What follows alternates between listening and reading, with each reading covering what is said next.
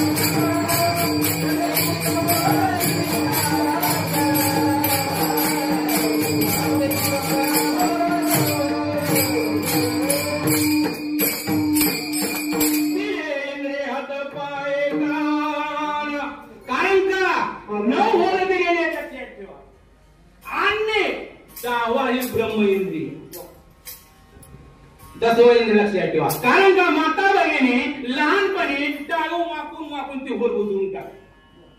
फक्त काय सुईमध्ये टोकायलं म्हणून 10वा 13वा हात ध्वानी नादे.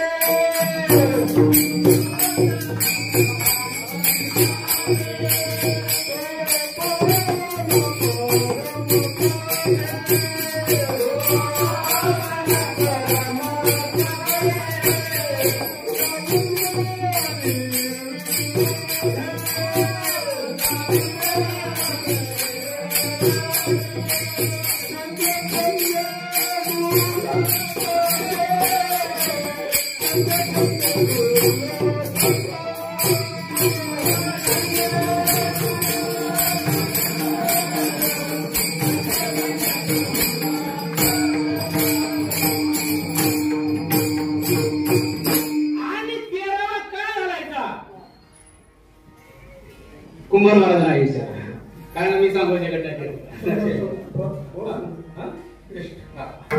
गुरुकडे कुंभार महाराज नाही विचार किती नाव सांगते काय गुरुकडे विचार आपल्या गुरु. कारण काही ताकद गुरुकडे दिलेली. हा कारण का गुरुला विचारायचं हे अधिकार नाही मला सांगायचं. 13वा काय सांगायचं. ही 3 वाजून आपले बोलायची ते आपल्या गुरुला विचारा. विठाल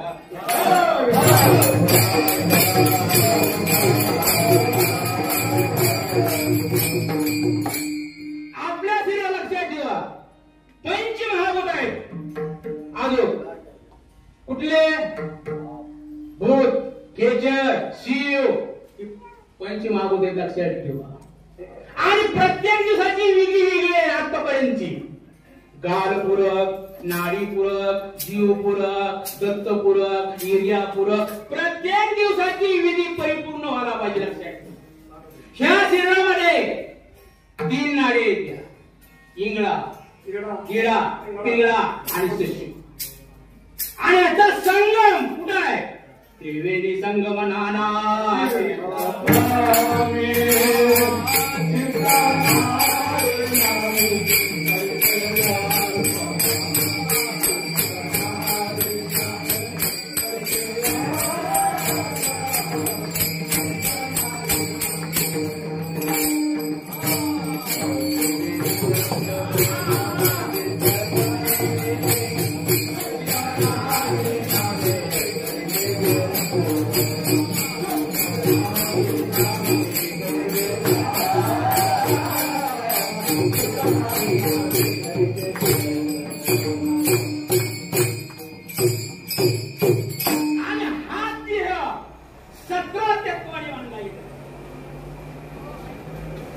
5 प्राण, आप, तेज, वायू आणि आकाश. प्रत्येकाचे 5 प्रकार, 5 ज्ञानेंद्रिय, 5 कर्मेंद्रिय आणि ही ब्रह्म इंद्रिय. या 36 तत्वाने हा देह बांधला गेलेला आहे. परंतु ह्याच्यामध्ये अजून किती 5 प्राण लक्षात ठेवा. बुद्ध प्राण, मुख्य प्राण, कंठ प्राण आणि सर्व शरीरे प्राण. कारण का मनुष्य ज्या वेळेस जातो, गुरुपुराण सांगते महाराज, मनुष्य ज्या वेळेस जातो त्या टायमाला मनुष्याच्या 2 महिने किंवा महिनाभर अगोदर, वर्ष अगोदर डोळ्याच्या खाली काळे किंवा हाताला काळी डाग पडतात. आपण नक्की लक्षात ठेवायचं, आपला मृत्यू निश्चित आहे हे गरुड पुराण सांगतं. भगवंत गरुडाला सांगू लागले पक्षीराज. आणि आता बघू नका, घरी गेल्या बघा विठ्ठल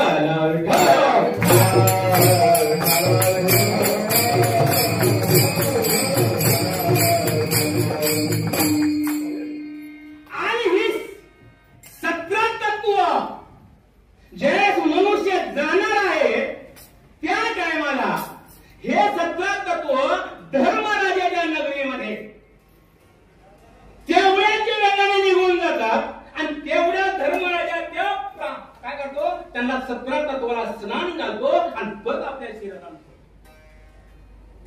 आणि शरीरात जोडल्यानंतर ज्यावेळेस एक तत्व आपल्या शरीराचा जागा सोडण्यास सुरुवात केली की तुमच्या भाषेत सांगायचं ठरलं अर्धांगवायू झाला किंवा हार्ट अटॅक.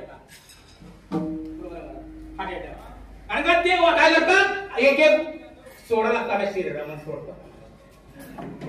आणि त्यावेळेस आणि हे सगळं आज सुद्धा 10वी पर्यंत लक्षात ठेवा. महाराज सांगितलं प्रवचनामध्ये, कारण का फक्त कावळ्यालाच हा मनुष्य दिसतो. कारण का विज्ञान कितीही पुढे जाऊ द्या, कावळ्यांची लेन्स काढून मनुष्याला बसवायचा प्रयत्न केला परंतु बसवता आला नाही. आणि ज्यावेळेस मनुष्याला बसवता येईल त्या टायमाला पकवाज, विना आणि टाट गंगेमध्ये सोडून. कारण का हे लक्षात त्याला किंमत आहे. 3 गोष्टी त्याच्या हातात आहेत. कुणाच्या? विद्येवरच्या मालकाच्या हातामध्ये. एक जन्म, मृत्यू. आता किती करोड रुपयापर्यंत महाराज काकडे महाराज आपल्याला भेटतील त्यांच्या हातात. किती करोड रुपये दिल्यानंतर निसर्ग पाऊस आता पडता येईल. हो, सगळ्या गोष्टी त्यांच्या हातात. लक्षात, आपल्या हातात काय नाही. परंतु ज्या वेळेस मुलगा शिकारी धरतो, कारण पिंड सांगतो का लक्षात, मुलगा शिकारी धरतो त्याच्या माग हे तत्व त्याच्या पाठीमाग असतात. हा जोडून विनंती आहे, ज्यावेळेस तुम्ही मैत्रीला जाचाल शिकारी धरण्याच्या पुढे कधी जायचं नाही. कारण का तो पिशीच्या योनीमध्ये मनुष्य त्याच्या पाठीमागे जायचं. कारण का ते 17 तत्व त्याच्या पाठीमागे असतात. कुणाच्या? शिकारी धरण्याच्या पाठीमागे असतात. आणि त्या गावात गेल्यानंतर ज्यावेळेस त्याला सरणावर मनुष्य घालतात त्यावेळेस मुलगा 3 प्रदर्शनाला घालतो किंवा 5 प्रदर्शनाला घालतो. आणि भावकीचे माणसं काय करतात, तो खडा असतो. काय म्हणतात? जीव खडा. त्याला शास्त्रामध्ये सुषमा म्हणतात. सूक्ष्म परंतु तो खडा सुद्धा काय करतो, आपण टाकून देतो स्मशानभूमीमध्ये. तो खडा घरी आणायचा आहे आणि घरी आणून डाव्या हातानं आपली पूजा झाल्यानंतर त्याला सुद्धा काय करायचं, पाणी जपण करायचं. कारण का जेवढं पुण्य आहे तेवढं फक्त त्या काय होतं, जीव खड्यामध्ये तेवढं पुण्य प्रेम. परंतु ज्याला भावकीचे पाणी घालत असताना वडील किती प्रेम करतात, किती प्रेम करतात. तर अग्निमुळे समरथ झाले,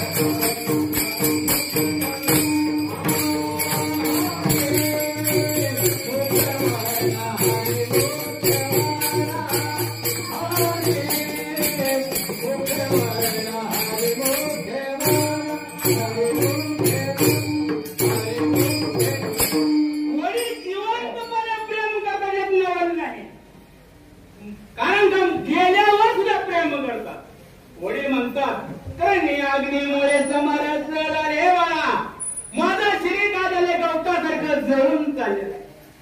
तू काय कर पुढं पळण, तू काय कर लांबून पळ. जळ माझी काय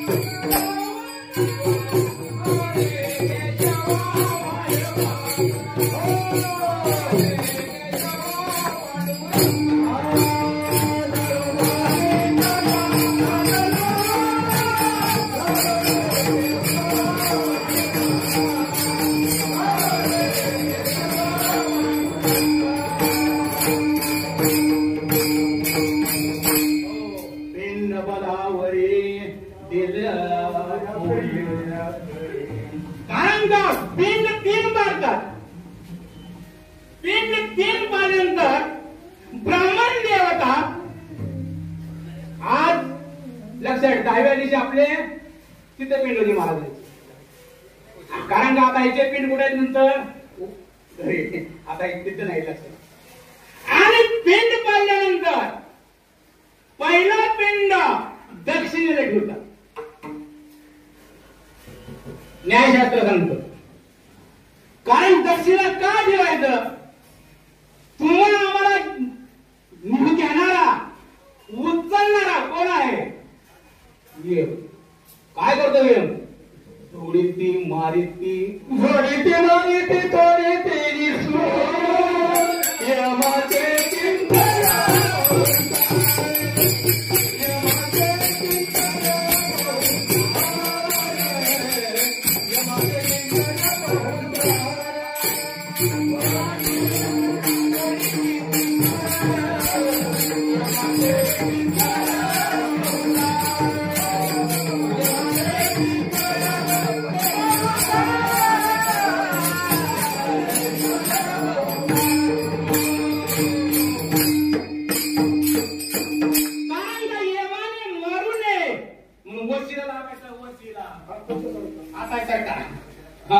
वसीला आहे हो. कारण एक दक्षिणेला पिंड ठेवायचं आहे. दक्षिणाय तिथे पिंड ठेवायचं. दुसरा पिंड जे आहे पूर्वेला द्यायचं आहे. कारण का पूर्वेला कोण आहे? चित्रगुप्त. चित्रगुप्त असल्यानंतर तुमचं आणि आमचं पापाचं आणि पुण्याचं गटुडा आहे सगळं त्याच्यावर बसले आणि आपल्याबद्दल चांगलं सांगावं. जसं कोर्टामध्ये काय करतात वकील आपल्याबद्दल चांगलं सांगतात तसं आपल्याबद्दल काय तर चांगलं सांगावं म्हणून वशीला लावायच्या वशीला म्हणून चित्रगुप्ताला पिंड. आणि तिसरा जे पिंड आहे पश्चिमी घाट ते पिंडाचा वापर होता आपल्याकडे ते स्वतःला प्राप्त करून घ्यायचा. कारण त्या टायमाला तिसऱ्या दिवशी एक पिंड ठेवतात. मग आकाशाचा भाग गण तिथे पिंड ठेवलेला जातो आणि तिथे काळ तीळ असते. काळ तीळ का असतं?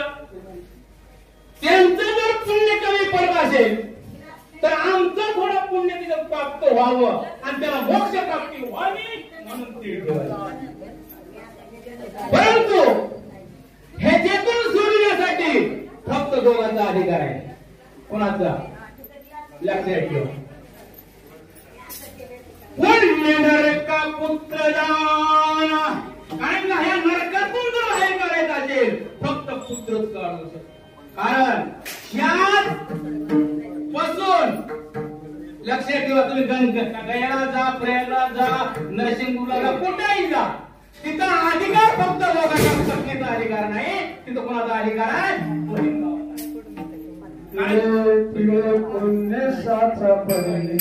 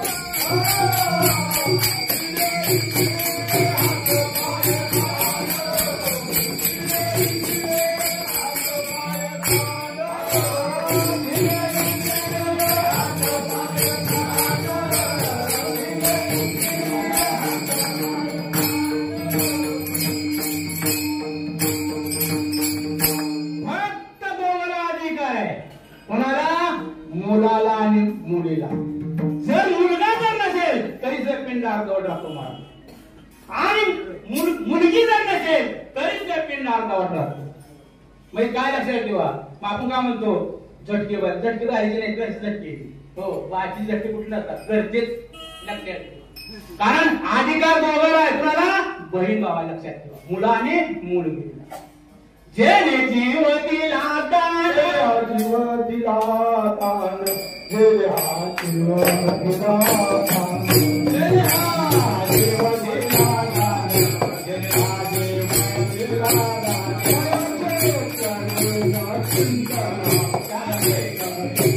दिला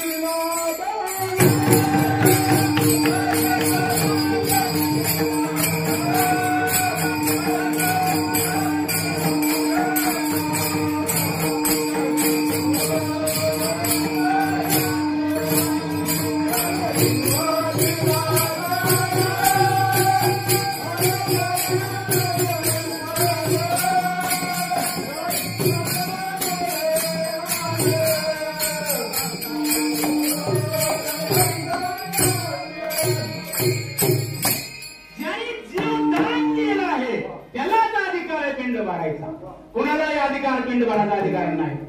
आणि ब्राह्मण समाजामध्ये तिथं श्रद्धांजली वाटतात आणि आपल्या इथं पिंड पाडायला तवाशी मोक्ष नाही. लक्षात ठेवा. कारण महाराजांचं प्रवचन होतं, लक्षात ठेवा. आपण देतो काय देतो? वैकुंठवासी. कोण बैठे वैकुंठ?